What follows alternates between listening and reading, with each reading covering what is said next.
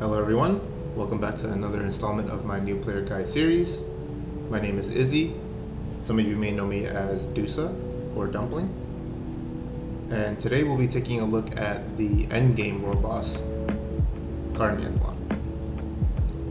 Anthalon is one of the 6 major world bosses that drop the highest tier of equipment that a player can obtain in the game currently.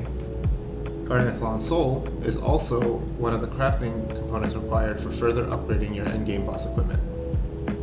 With that being said, Anthalon only spawns during wartime and is a boss that can be contested by the enemy player factions.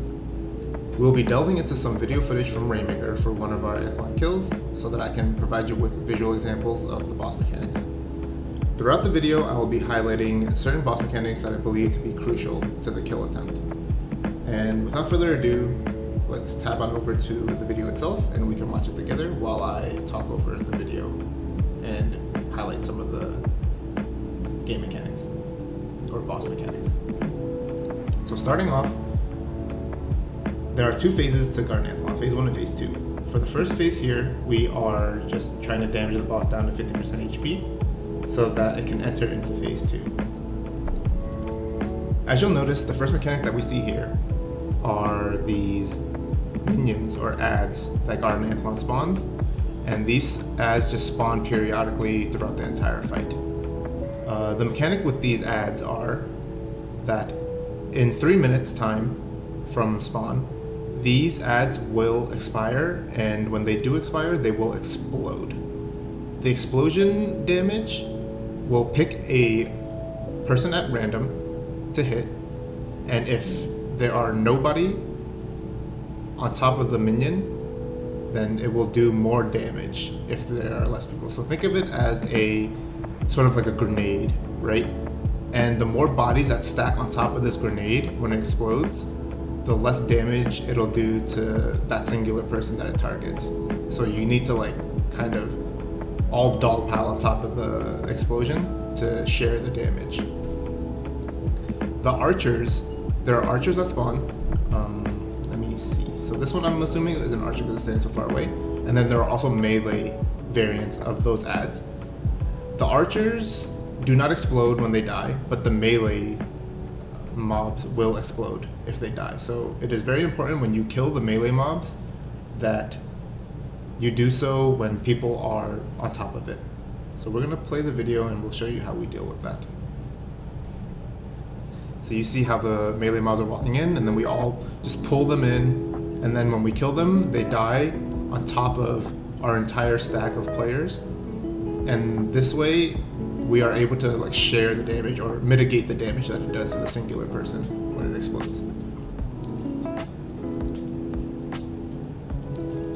So this is pretty much all of phase 1. The enemy faction elect not to contest us and come out to fight during the first phase, so we just slowly push it down to phase 2. Okay, so as you see here, you don't see the names of the NPCs, but they should be there. These spikes on the floor is the next mechanic that I will talk about. The NPCs that spawn inside of these spikes are neutral NPCs. So players themselves cannot damage the NPCs, but you can heal them. And it is very, very important, healers. So pay attention closely if you're a healer and you don't know what to do for Anthalon. When these NPCs spawns, you need to make sure that these NPCs do not die. These NPCs take damage from the boss, and they take damage from all other boss mechanics, such as the NPCs exploding, like not the NPCs, but the adds that spawn. When they explode, they can target these NPCs with the explosion and kill them, right? So anything that spawns from the boss will do damage to these NPCs, and it is very, very important to not let these NPCs die, because when they die, they heal the boss for 10% of his HP, which is a lot.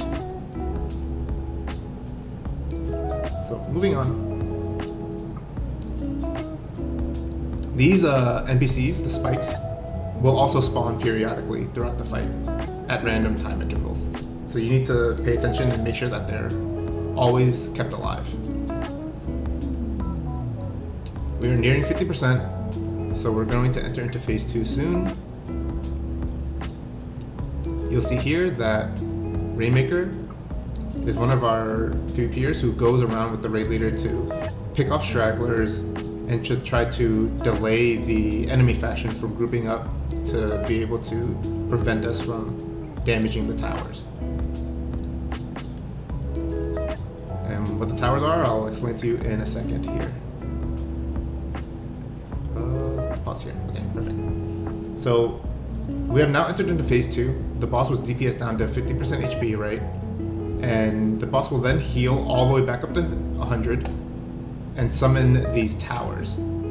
He summons 3 towers in total. On the screen right now, I am marking the first 2, and there will be another 3rd tower more to the left, like in this area right here, right? So what these towers do is that if they are above 50% HP, they will heal Anthalon for 10% HP each per second, and only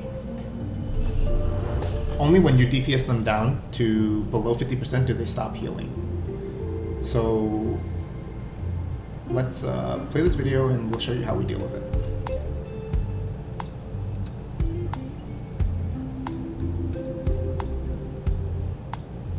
So first we need to get rid of all these enemy folk players, faction, people that are trying to protect this tower and stop us from DPSing it. So we get the first tower down to 1 HP. So these towers themselves, they do not die. You cannot kill them.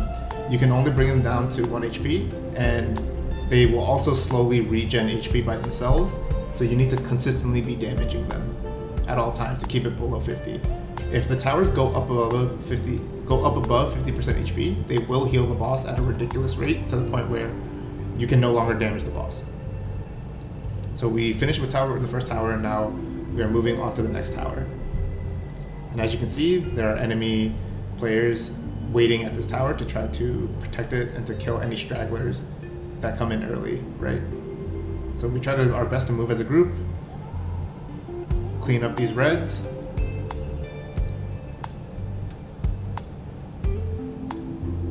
And once we've cleaned up the reds, we then deal with the tower so that we can start DPSing the boss for phase 2.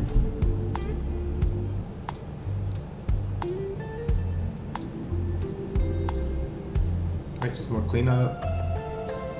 The reds are trying to run and regroup with the rest of their raid. And as you can see, let me go back a little bit.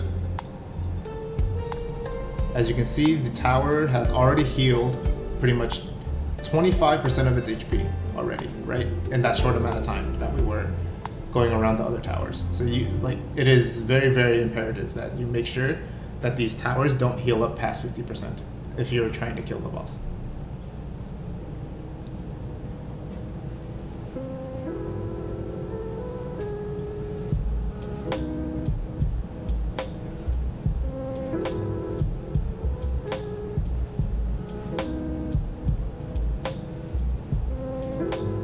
Okay, so this is where we feel like we've stabilized enough, we've killed enough of the enemy players, as well as gotten the towers down below 50% or to an HP point where we feel like we can start damaging the boss.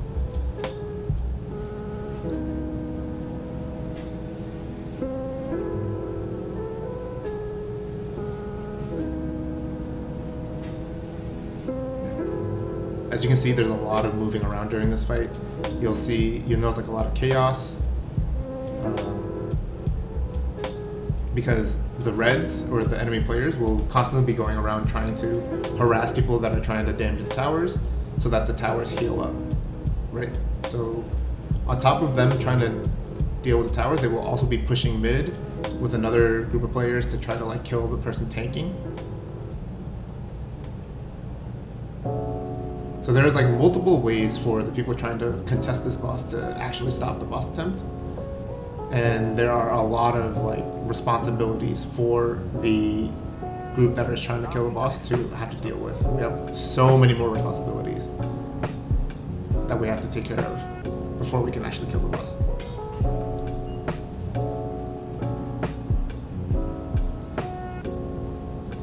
We feel like we've stabilized enough, so we put a little bit more damage onto the boss here.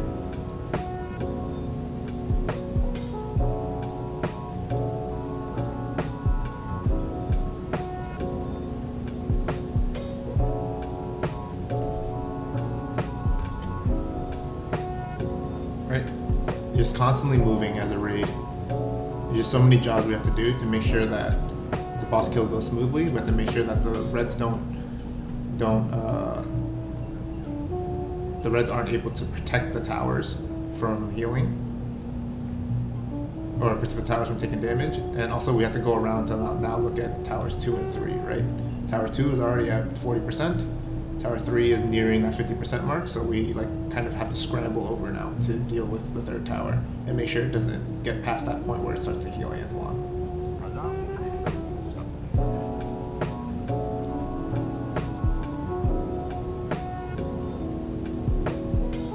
Right, and then you see all these reds here trying to harass the people damaging the tower. So now we have to deal with them and then also deal with the tower. Very, very hectic. And on top of dealing with the towers, they're sending people to middle to try to kill the person tanking the boss.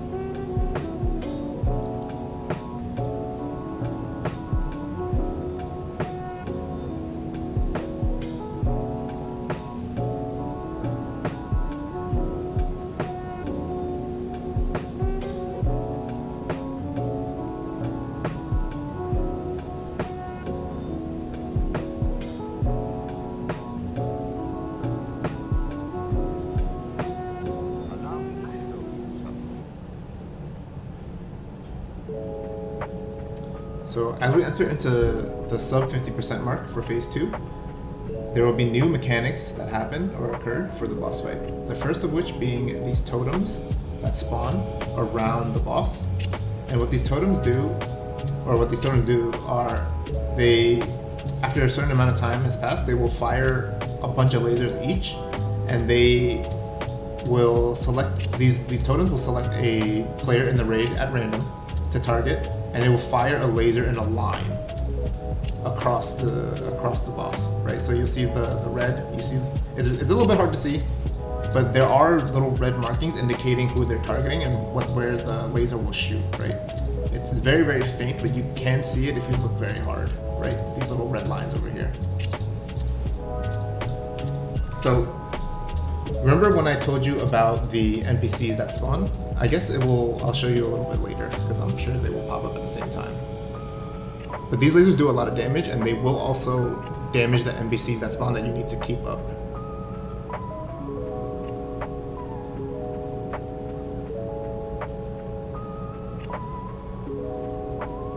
Okay. Let's see if they spawn. Okay, perfect. So, remember how I told you how these NPCs need to be kept alive? Or else they will heal the boss for 10% HP if each of them die. It is very important to make sure that the people that have the aggro, or so to say, of these totems do not aim the lasers on top of the NPCs, right? It is very, very important not to have your whole raid stack on top of one NPC so that every single laser is just hitting the same NPC, because then that will 100% kill the NPC no matter how much people try to heal it, right? So that's, I guess, one of the most important mechanics, or yeah, one of the top, I guess, 3 mechanics that you need to pay attention to and make sure you're doing correctly, is to not let these lasers kill the NPCs and then subsequently healing the boss. Okay, moving on.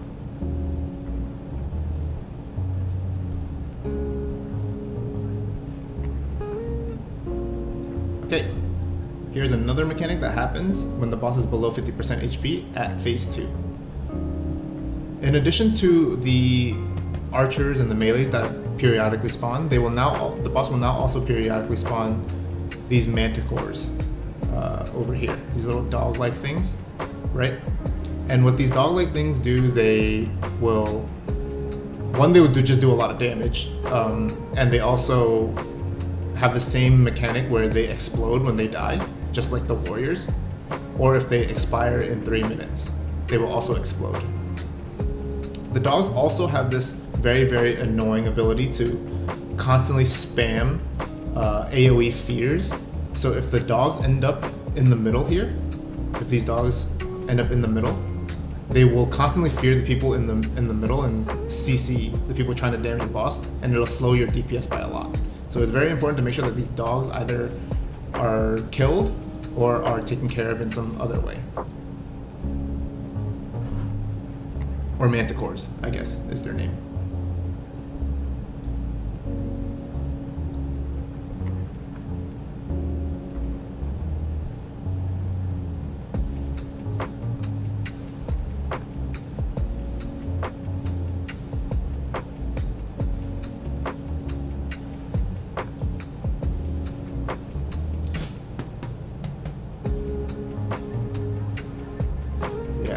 After that, there's not much. I think those are all the mechanics that are important, like the towers, the NPCs, and I guess I'm showing you all the other little mechanics that can affect the major mechanics.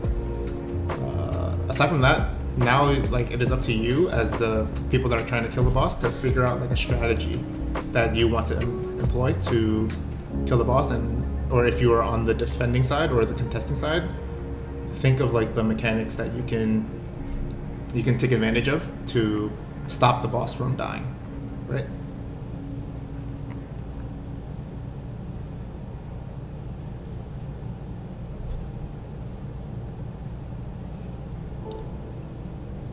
Rainmaker ends up dying here. We lose quite a few people to the mass amount of dragon breaths, the Recipoda sprays, and also the hero ability.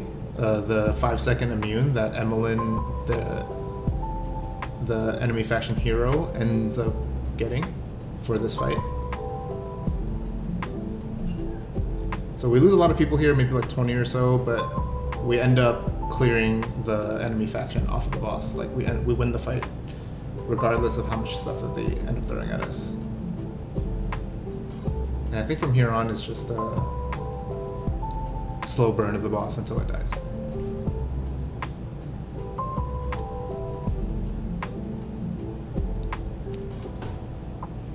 So yeah, I believe I have touched on pretty much every important mechanic of the boss itself. If you may have noticed I missed something, feel free to let me know. And if you have any questions, feel free to ask in the comment section below, and I will do my best to answer them for you.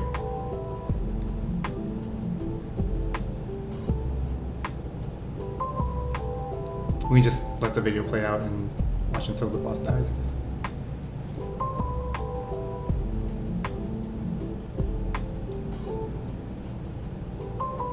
Yeah, as you can see, it's very, very hectic. There's a lot of stuff going on, a lot of NPCs and a lot of ads being spawned around the area, a lot of manticores running around, and then a lot of enemy reds that you have to deal with, along with the towers. So it's definitely not easy to kill this boss contested, but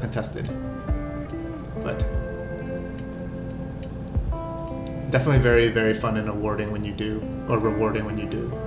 kill it contested. And there it is. We killed Anthalon, and I believe we end up getting a pair of pants from the boss. So yeah, thank you for watching. I appreciate you stopping by once again, and I'll see you next time. Later.